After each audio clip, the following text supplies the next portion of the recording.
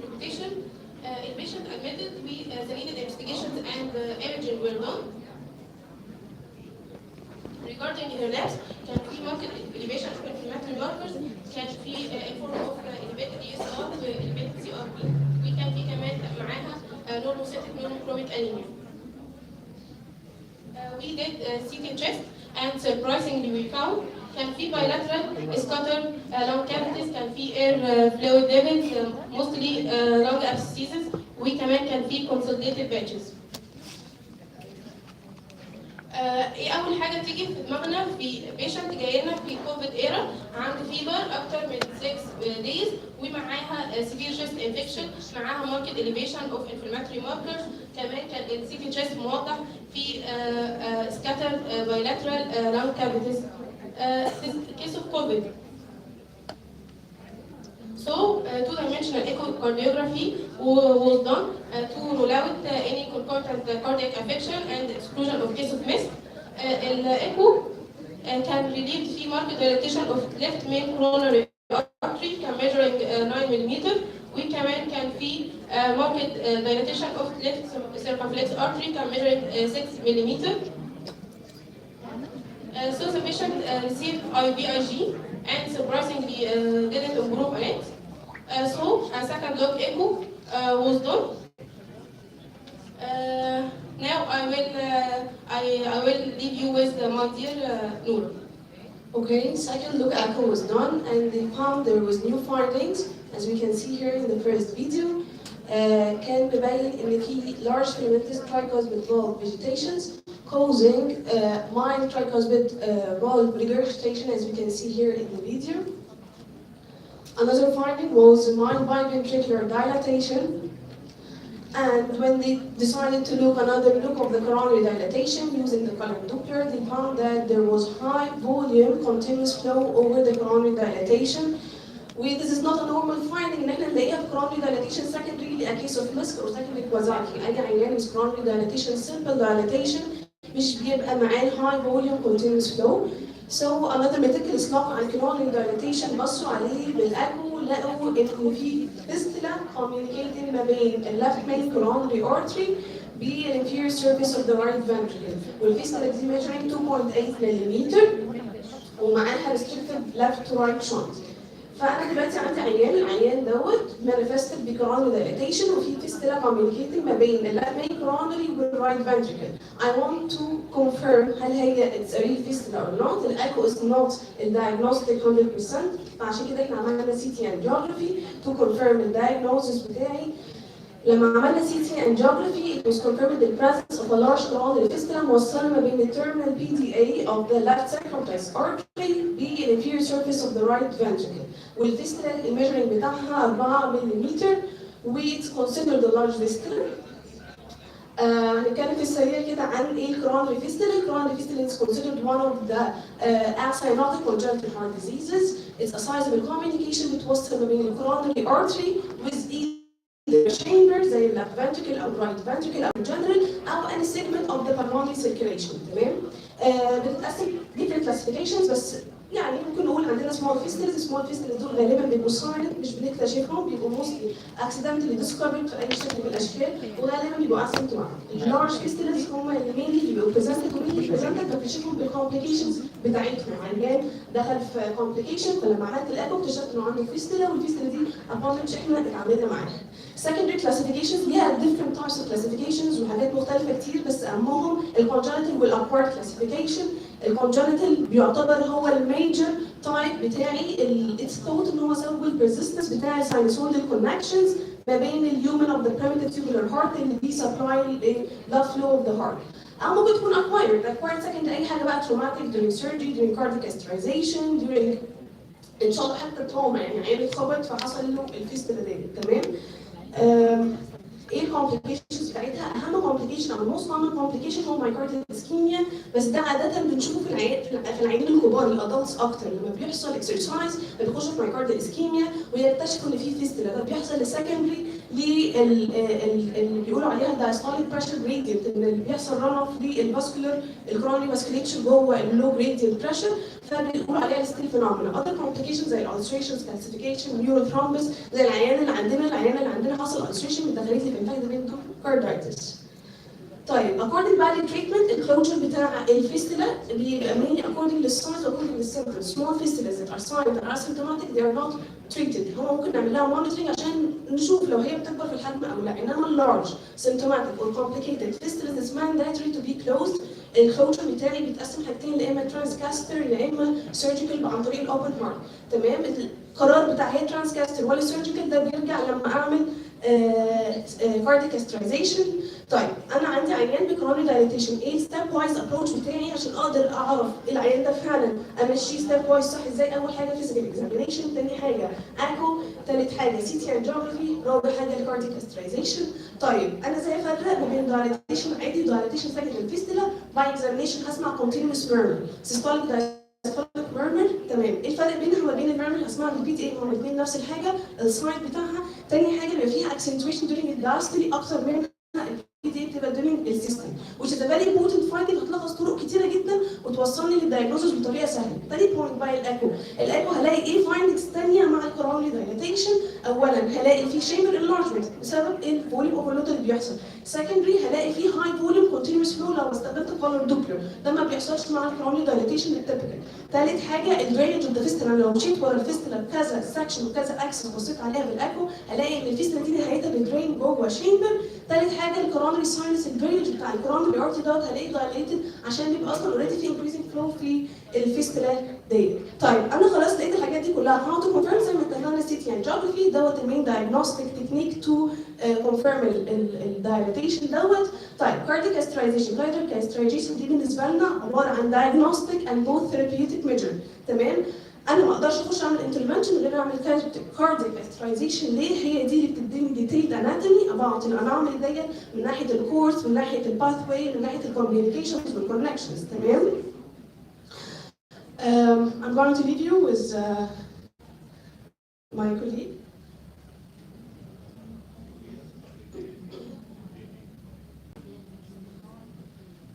مش طبعا حضراتكم احنا بنكمل حاجه صغيره.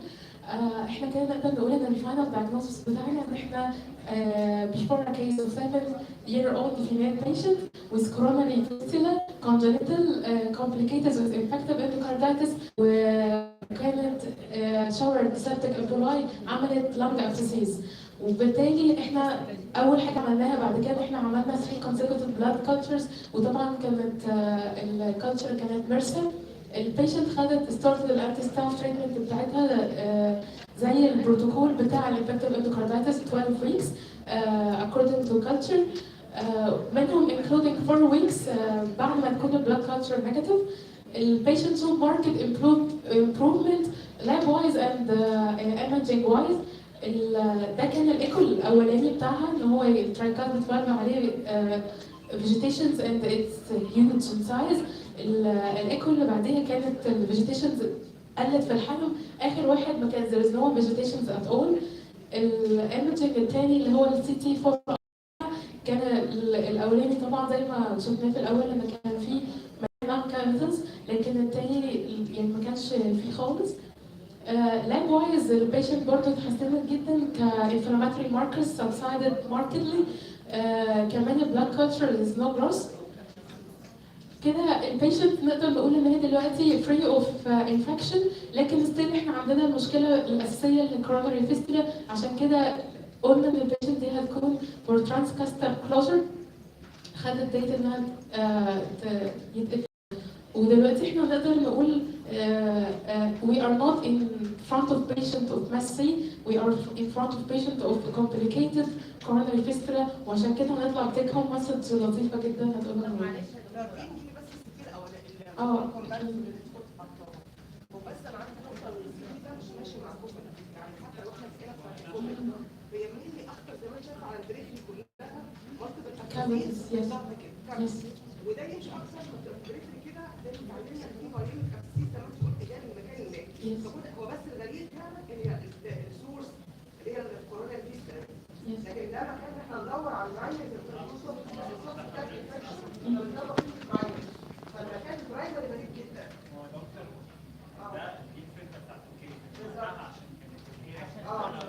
كله بس لا بس دي لما يتشاف يعني ده باينك ابسيس والسجاير المكان اللي لازم ندور بالظبط يا دكتور، ان احنا نبقى نون تو بي بايظ حتى لو احنا في ايرا. وكمان هل انت لو في حاجه تسمع فيها كونتينيوس ميرمر هل انت بتسمع ده كانت موجودة فعلا في الاكزامينشن بتاعها، لكن كان ميزد لانه اوقات هي دي كانت تيك هوم مسج، انه اوقات لما احنا مثلا في ايرا معينة كوفيد او وات او يعني بيبقى واحد ماشي في سكة معينة وبعدين يكتشف في الاخر انه كانت حاجة تانية و I missed it يعني. طيب هو تيك هوم ماستر زي ما حضراتكم قلتوا diagnosis بايس، ان احنا كنا مايندد بفكره ان احنا كوفيد ايرا بعيان بتشست انفكشن فيبر عالي، فكلنا فكرنا بمسك وحاولنا ان احنا الكولوريشن بتاعتنا ان احنا نربطها بمسك، مع ان اكشلي لو احنا فكرنا بالراحه زي ما دكتور قالت ان الشست السي تي تشست مش ماشي مع السي تي تشست بتاع كوفيد. احنا لو كنا عملنا بروبر اكزامينشن وسمعنا عن العيان كويس، العيان اكشلي كان مسموع عليه ميرمر، بس الميرمر دي كانت مسك، فدون بي بايز بي مايند بدايجنوزز معين في دماغك وتفضل ماشي وراه، لا حط كل الديفرنشال دايجنوزيز زي ما بنعمل. تاني حاجه الارت اوف ميديسن لايز في الارت اوف ذا كلينيكال اكزامينشن، الكلينيكال اكزامينشن بتاعك اتس فيري امبورتنت. النيو جنريشنز بقوا بيعتمدوا اكتر، او احنا بنعتمد اكتر على اللابس والايمجنج which is not good. العيان لو كنا سمعنا ان انتوا ما تعتمدوش على Yes. الكلينيكال الكلينيكال بيزز والكلينيكال ساينس والكلينيكال اكزامينشن هو يعتبر الكي بتاع الدايجنوزس، وان انا اوصل للدايجنوزس بتاعي احسن من اي حاجه. Thank you all for your time. I want to thank you دكتور فاطمه الزهراء ودكتور نهى العلي، هم برضه كانوا مسؤولين، يعني هم اللي شخصوا الكيس وهم وصلوا للدايجنوزس بتاعت الحاله. And thank you all for your time.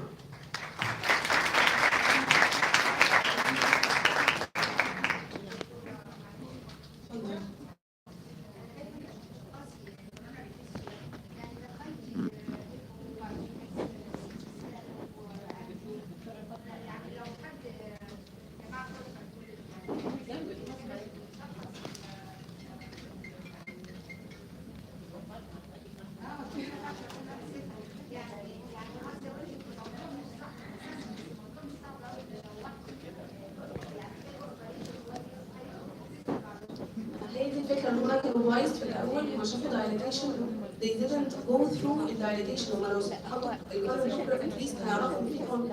الكارديولوجي اللي بعدها اليوم في ثلاثة كل واحدة ليها تخصص هي نفس الريت.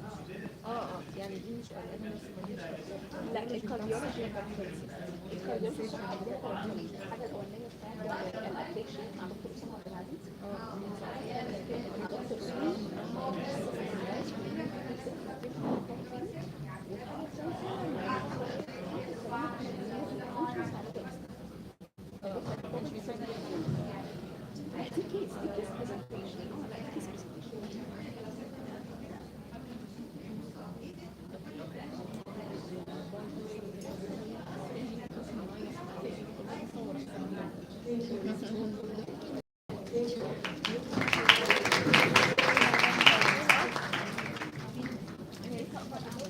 فهم أربعة، يعني فاضل أربعة، احنا عملنا واحدة فاضل أربعة.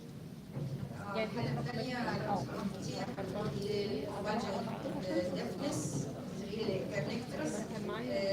الريزيدنس بتاع معلش انا اسفه ما اعرفهمش بقالي كتير يعني عاوز اعرف مونيكا وساره وندى وايمان محسن وفينا اشرف وسالم صقر وهبه زياد وحبيبه اسماعيل وراويه محمود. محمد اتفضل.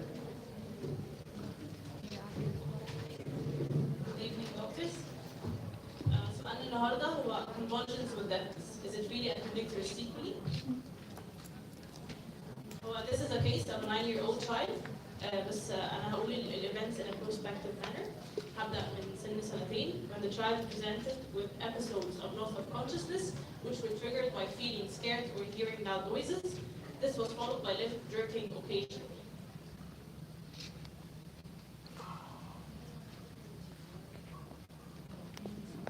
ده كان شكل الاتاكس اللي بتجيله.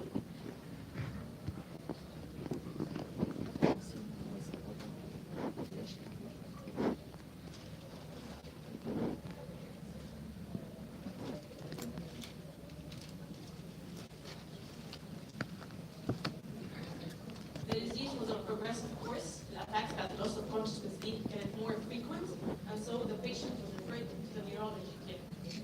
They gave history of neonatal hyperbilirubinemia, which required phototherapy. وكان في كمان history of profile violence during hearing loss at the age of 5 months, which required cochlear implantation at the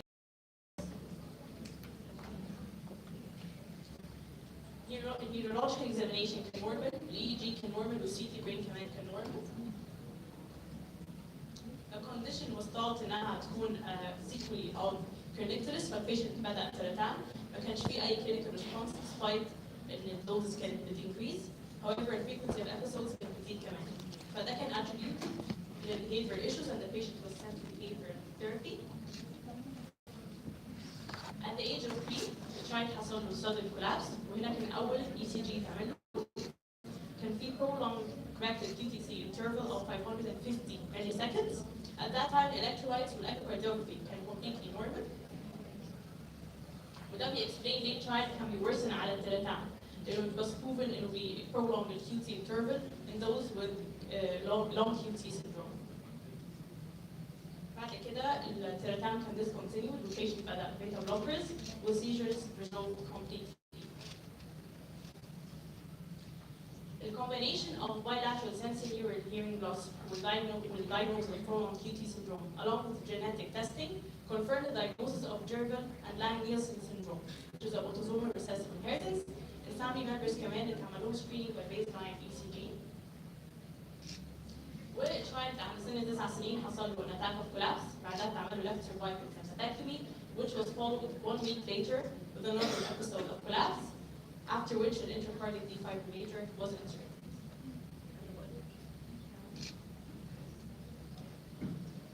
To sum up in a few words, this is a 9-year-old boy, neonatal hyperbilirubinemia, sensorineural hearing loss, convulsions, misdiagnosed as a connectoric, post-connectoric sequelae, collapse, ECG was done, prolonged QT was found, genetic testing done, Jervell and Lang-Nielsen syndrome was confirmed. Okay? Okay, all our thinking was towards seizures, and we totally overlooked conditions mimicking seizures, so let's explore them together.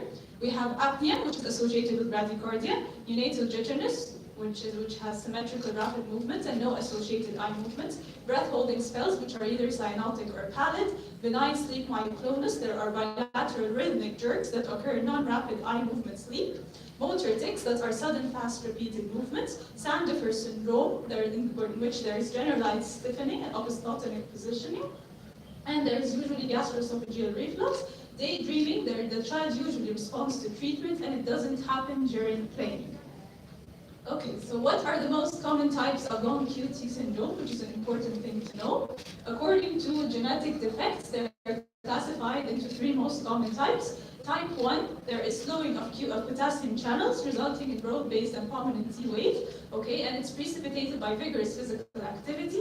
Type 2, there's also slowing of potassium channels, resulting in low amplitude T wave, and it's precipitated by emotional stress. And type 3 is, however, causes speeding of sodium channels, resulting in prolonged isoelectric ST segment on ECG, and it's precipitated by sleep or rest. So why was our condition misdiagnosed at first as a kernicterus sequelae? Severe neonatal hyperbilirubinemia is known to induce temporal and occipital loop seizures. It also causes sensorineural hearing loss. Hearing impairment occurs in about 10 to 50 times more frequent in neonates with severe shocks. Our take-home message would be that long QT syndrome is one of the causes of the ventricular arrhythmia and can present with sudden cardiac arrest. It can be mistaken for epilepsy or breath-holding spells. It's triggered by exercise or emotional stress or even drugs, as in our case with Derma. ECG would be recommended with any patient with early sensorineural hearing loss. Thank you.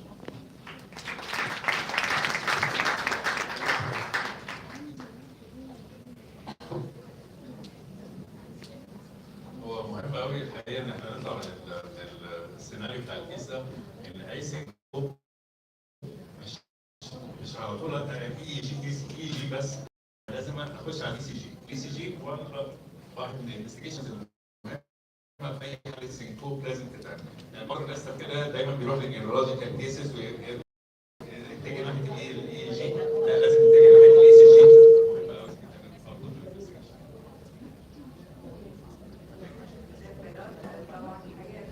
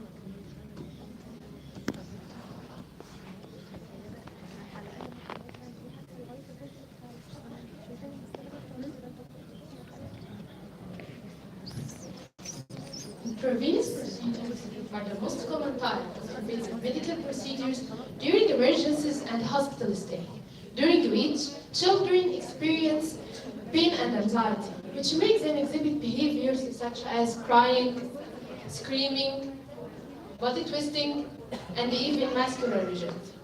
So the attending medical staff members spend the time comforting the child. They might even need to do the procedure by force, which results in additional pain and fear, and also increases the procedure duration. And after all, it might end in failure. This puts an additional burden on human and medical resources, as well as strains the patient-medical personnel relationship.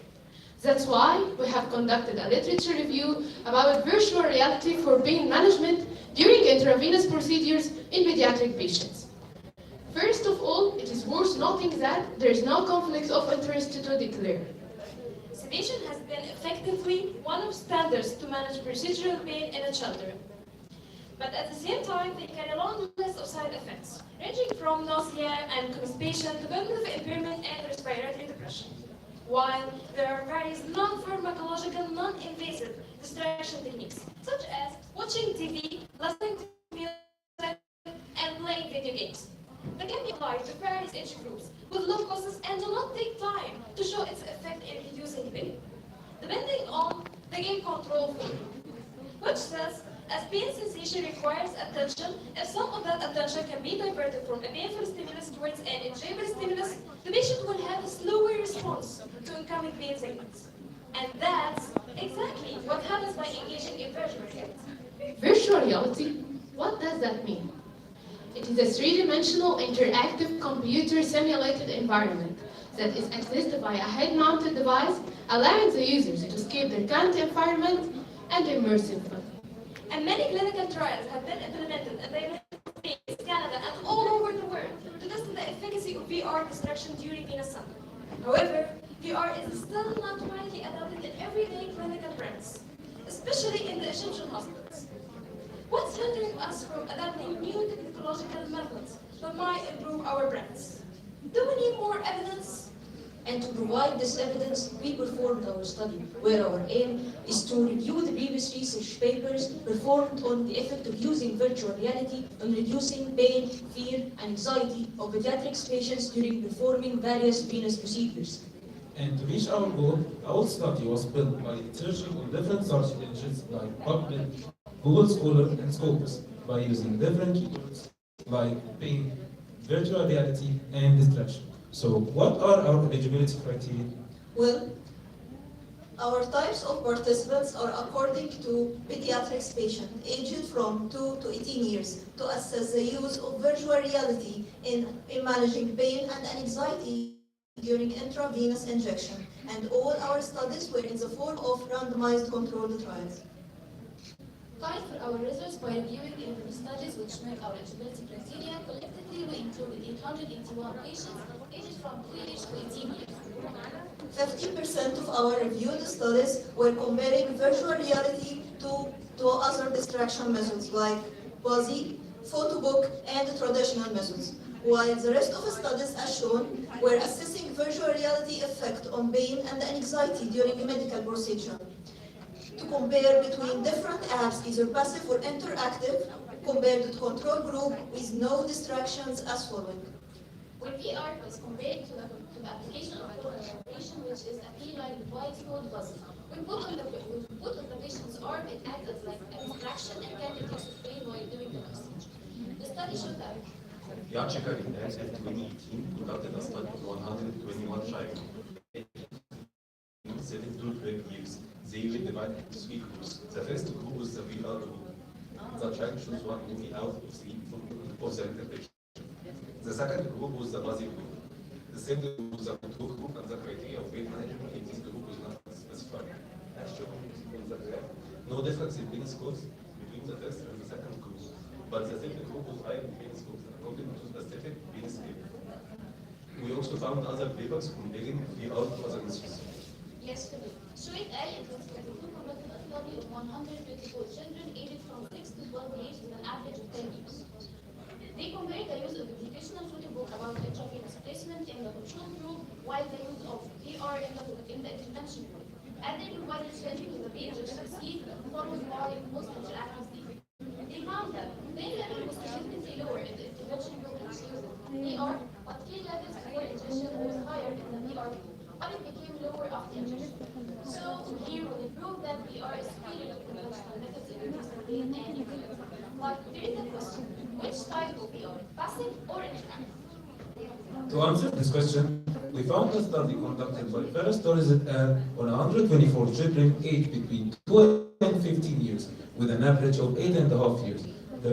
They compared between passive virtual reality by using 4 consecutive scenes of 80 seconds each with a background of animals and music, and interactive virtual reality, which used 4 games played with a stick or a controller. The results in this study were interesting, as pain levels were lower in the interactive group compared to the passive group. However, the difference was greatest in anxiety levels, which was highly correlated with parents' problem response. In total, and across 11 studies, virtual reality, especially interactive virtual reality, has a statistically significant effect on reducing pain and anxiety during medical procedure, as it's easy to use in clinical practice, provides endless opportunities, and can be personalized in almost every way to comfort the patient as much as possible, as it holds considerable promise for our children in our reach hospitals. So for our recommendations, So we recommend further researches to be done on a larger sample size and to assess the effect of using multiple virtual reality intervention in the same patient in reducing pain, because this result is yet to be known. We also recommend future studies to be done on other age groups and different treatment types, as well as people with difficulty communicating and expressing themselves. And at the end, we would like to emphasize on the importance of knowing technology and AI, because it's our role not only to cope with this technology, but to be part of this development process. Thank you.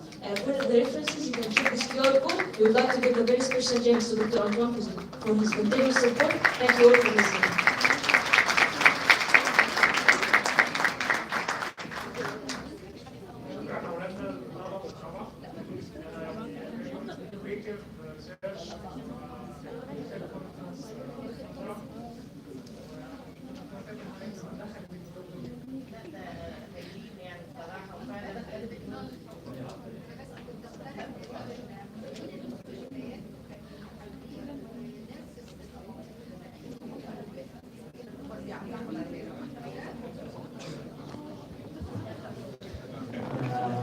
اول حاجه انا كنت عايز اشكر قوي طبعا كل الناس اللي لسه قاعده لغايه دلوقتي من الستاف، يعني قعدتهم فوق راسي من فوق. تاني حاجه كنت عايز اشكر دكتور فاتن انها شجعتني the opportunity وانا مش موجود هنا فيزيكالي ان انا اورجنايز ذس.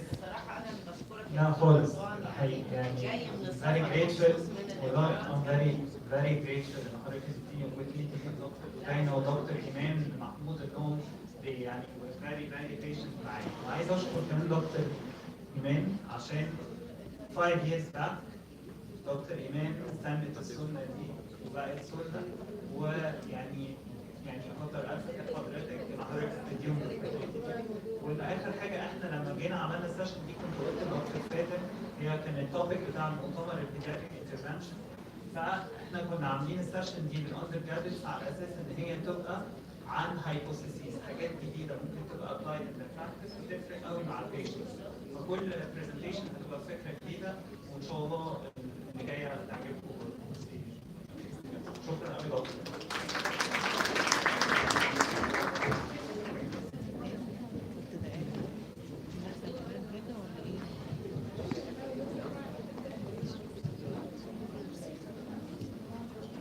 منا مين أمير لويس. Talk will be presented by our undergraduate students. I'm very, very proud of you.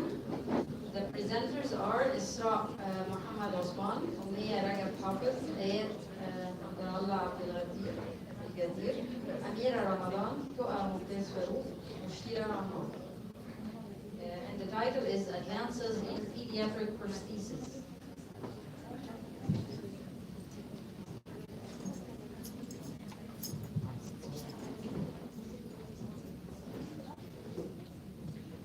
مساء الخير. I'm Isra Ahmad, and today you're going to talk about what's new in prosthesis.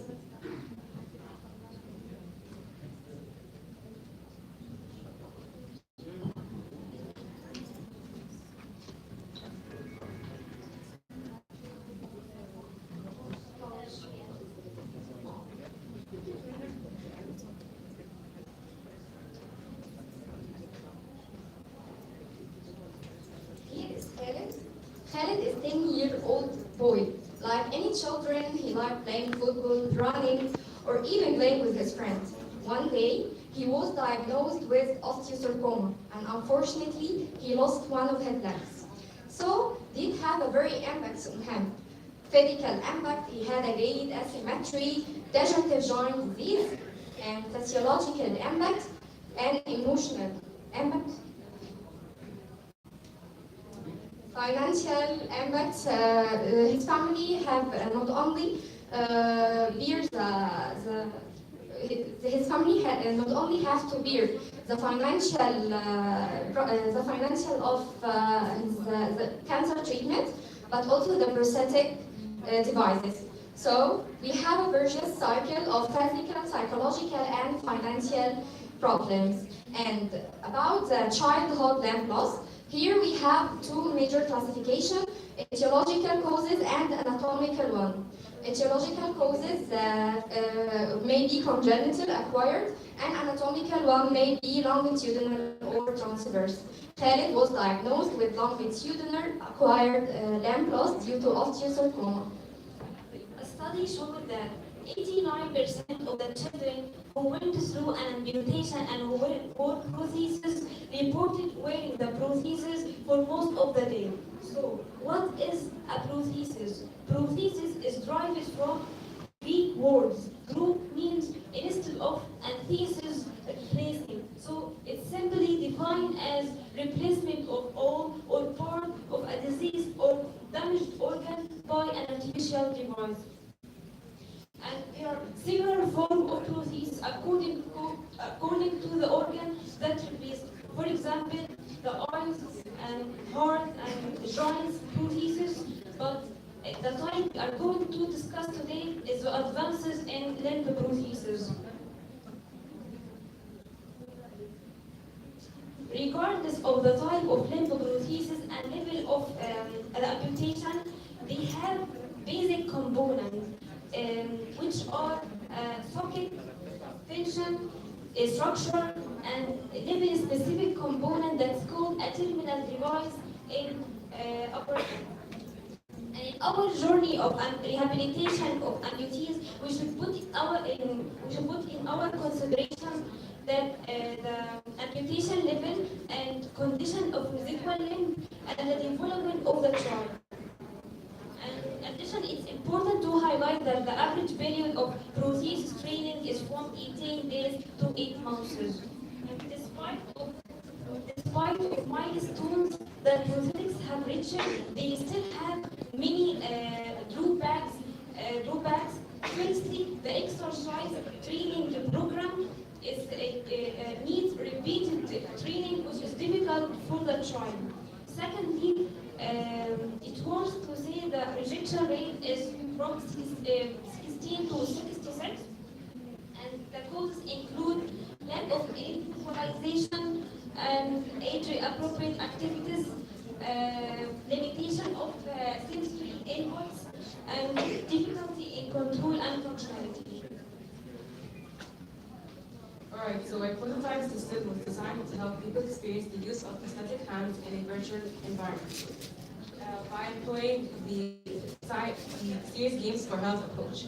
Now, if you're wondering what serious games is, it is a genre of gaming that was primarily designed for a purpose rather than entertainment. We want to show you just a video example of what we're talking about.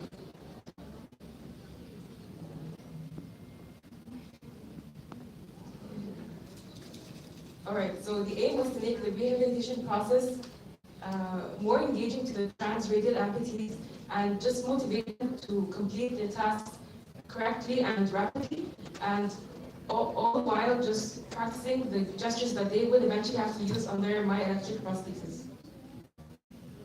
The virtual scene displayed a room set up with 4 stations, namely the free play area, balls, box, shelving, and break stacking, which were arranged in an anti-clockwise manner, and each station had an increase in difficulty. A prosthetist and occupational therapist were consulted to mimic the tasks that were used in the rehabilitation training. The study sample size included 34 non-amputees with variable exposures to virtual reality, and there were also 2 trans-rated amputees who were considered case studies for the work.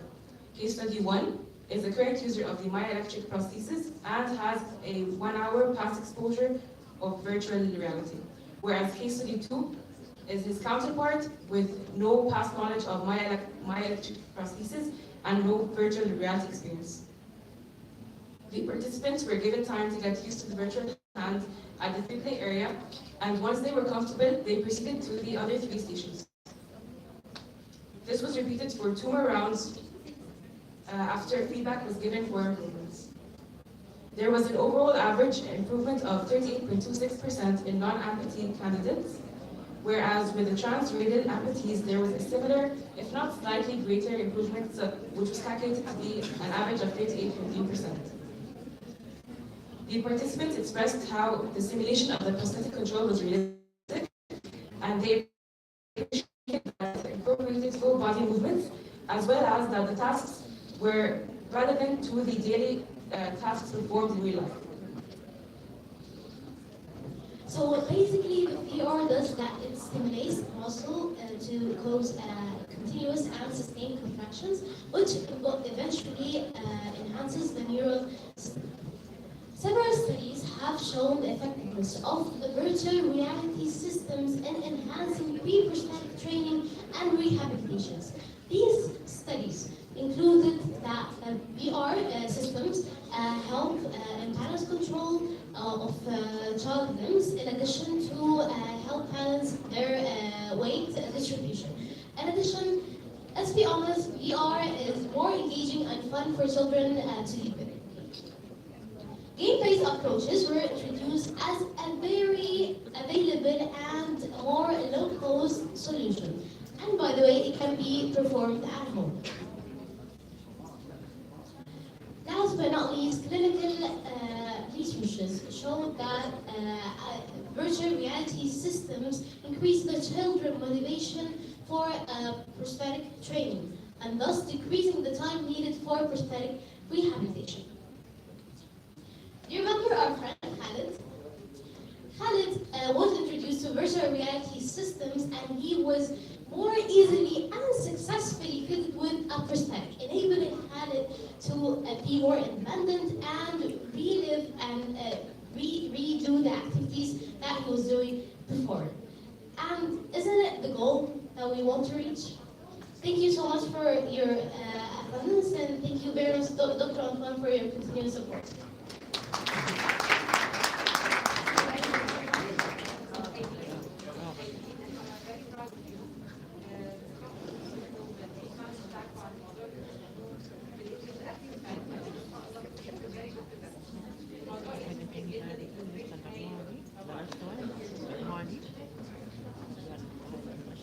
خلاص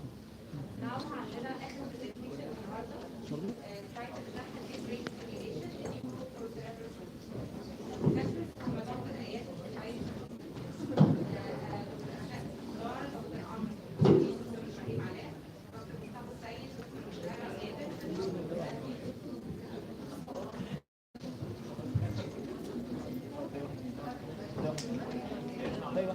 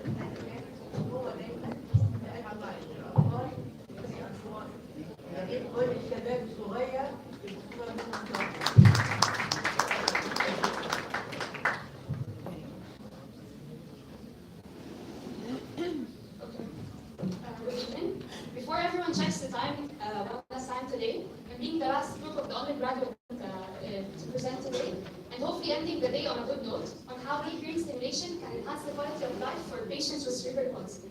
With no conflict of interest, cerebral palsy is a group of non-progressive, non-fatal, non-curable disorders that affects a person's ability to move and maintain balance and posture. It appears to be the most common motor disability affecting childhood, characterized by atrophic changes in the developing brain.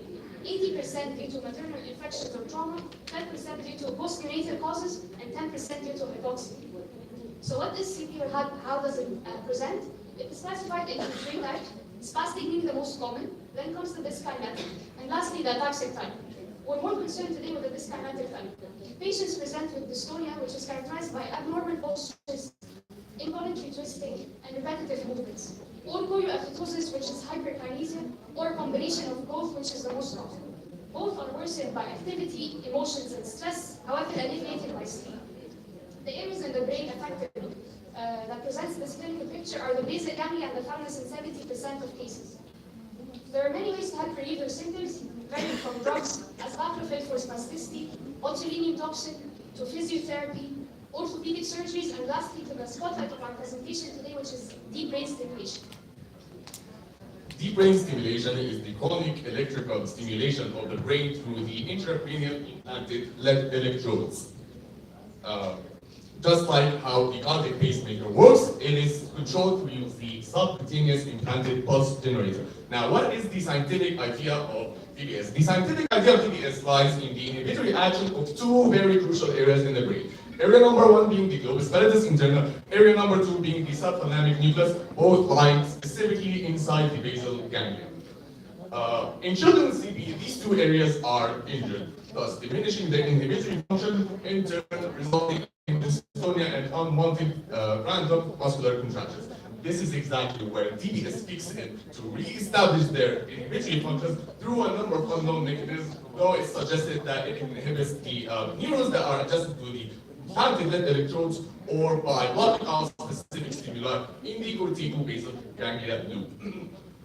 Based on what I just said, what is our hypothesis on DBS? The hypothesis on DBS is that it's a very promising emerging treatment for children with dystonia, though it still requires a number of investigations, improvements, and researches to officially stand its ground as one of the mainline treatments in children with dystonia in the near future.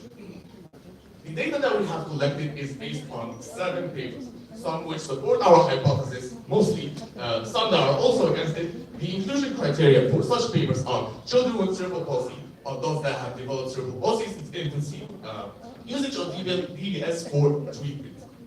The exclusion criteria for the same data we're talking about is paid access papers, papers in 4 languages, and last but not least, papers older than 20 years old. Okay, so we're going to talk about the results now. And to discuss the results, we must first discuss the Burke-Marsden Dystonia Rating Scale, or BFMDRS, as it is the main measuring system used to qualitatively measure the degree of dystonia in both adults and children in the papers we found. Its aim is to calculate a number based on the degree of dystonia in each affected body part, which meant that the higher the number, the worse the dystonia is. We collected 3 papers that included 45 children across them, ages 7 to 18, all of which were diagnosed with dyskinetic cerebral palsy, and they had random gender selection. The first paper was in 2014, made by Keen et al., where they collected patients who underwent deep brain stimulation at a bilateral GPI, making the results of which this study showed that they had a post-operative improvement, reaching a BFMDRS score of 52.4, which is an improvement from the score of 73.3. Even further reduction happened in the 23 months follow-up, reaching an average score of 51.1. After that, in 2020, as per this, however, these data in the previous papers did not reach statistical significance. After that, in 2020, as per this made a paper in which they monitored patients prospectively for 10 years. The patients in this study showed statistically significant results. And in the last paper in 2022, Coy et al. Monitored patients prospectively for 12 months. This time, the patients showed improvement. However, the improvement did not exceed 20%, which classified them according to this study as non-responders. So in the past 3 studies that we mentioned, only one study, which is the Esperdes et al. Study, was the only one that reached statistically significant results. However, the other 2 papers had a problem where the results were not statistically significant, meaning they had p-values of greater than 0.05 or were classified as non-responders. Considering all this, it was difficult to correlate DBS treatment as to a measured benefit for the treatment of CP patients with dyskinetic cerebral palsy. However, as we observed the papers that we have extracted, we have noted that there is multiple problems with the BF-MDRS scoring system. To begin with, the BF-MDRS scoring system was first made for adults with primary dystonia. DCP patients typically acquire dystonia during early infancy. In addition to that, the BF-MDRS scoring system is made to measure only purposeful motor skills. However, this is not always the priority for DCP patients in order to have an improved quality of life. In fact, the WHO International Classification of Functioning Disability and Health recommends the evaluation of DCP patients beyond just the motor impairment, accounting for pain, cognition, the comfort of the patient, as well as the comfort of their caretaker. Therefore, we have a set of secondary findings in which we prove that DBS is still nonetheless applicable to DCP patients despite the statistically non-significant results that were shown by the BF-MDRS scores. Going back to the paper by Esperdes in 2020, that measured it did not only stop at measuring the improvement of dystonia for DCP patients, it also measured the relief of dystonic pain. The patients were asked to rate their pain pre and post-operatively using the numeric pain rating scale, which showed improvement on both the good days and the most troublesome pain areas post-DBS treatment. The caretakers as well as the questionnaire called the Caregiver Priorities and Child with Health Index of Life with Disability. In this questionnaire, the results have shown that their loved ones have shown more comfort post-DBS, both physically and emotionally, accounting for less of analgesia as well as reduction in pain severity. Another paper by Jamino et al. In 2019 involved 5 CP patients using the cognitive orientation to daily occupation performance approach. In this approach, the children were asked to choose from daily life tasks that matched to them the most, some of which they were trained to do before the treatment and some of which they were not trained to do beforehand. Post the treatment, all participants showed that DBS has made them improve in at least one of the 3 tasks. And even though the DCP patients showed a little less improvement than children with primary dystonia, they were nonetheless very satisfied with the fact that they could do tasks they were never able to do before. Coming to the papers that support the use of DBS in adults with CP, according to Kraus et al., 2 out of the 4 patients with DCP since infancy have expressed great improvement after the DBS surgery. They were dominant hand in eating and drinking, as well as in using it in computers. The BF-MDR scale of these patients showed a mean improvement of 27% and 32%, as well as an 88% improvement in the Hamilton Depression Scale after the 2 years follow-up. In another study containing 13 choreoacetosis CP patients, there was a mean improvement in the BF-MDR scale of about 24.4%, as well as an elevation in pain, mental health, and functional disability. Coming to our last study, which is E.U.P et al., he mentioned that the worse the dystonia is, the less effective the DBS treatment will be. He also stated that the earlier DBS intervention great improvement processes. As long-standing neuroplasticity can limit its effect. This gives us hope in including DBS as a treatment for children and obtaining considerable positive results. In conclusion, we can collectively say that there are limitations in the papers besides can lead to a type 2 error, which is not enough statistical power to detect its actual effect. Not to mention that the physician's goals and expectations can clash with that of the patients, which can lead to distortment of any subjective measurements taken, such as that of the CP child questionnaire. In the short follow-up period after the DBS surgery cannot reflect the actual DBS results because they may appear years later. We advocate all those who are concerned with CP in children to implement DBS in their upcoming researches. Thank you for your time, and thank you, Dr. Antoine, for this opportunity.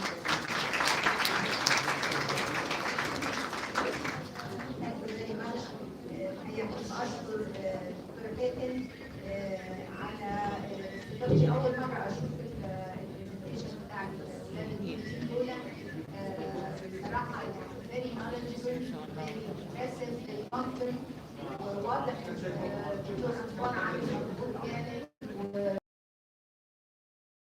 ودلوقتي في young generation very promising إن شاء الله هتنقلبوا كل حاجة كويسة إن شاء الله.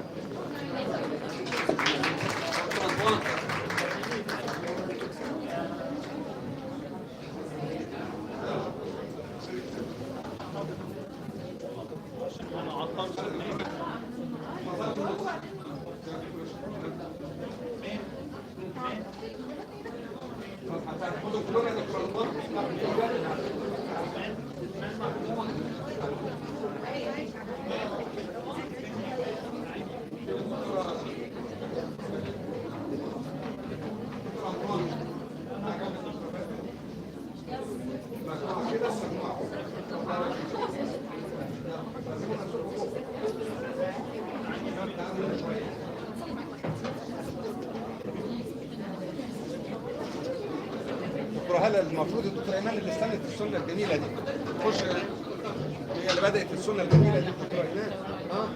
تعالي جنب الدكتوره فاتن يا دكتوره ايمان.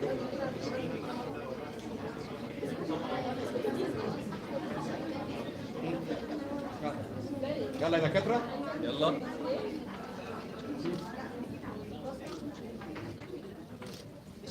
دكتوره فاطمه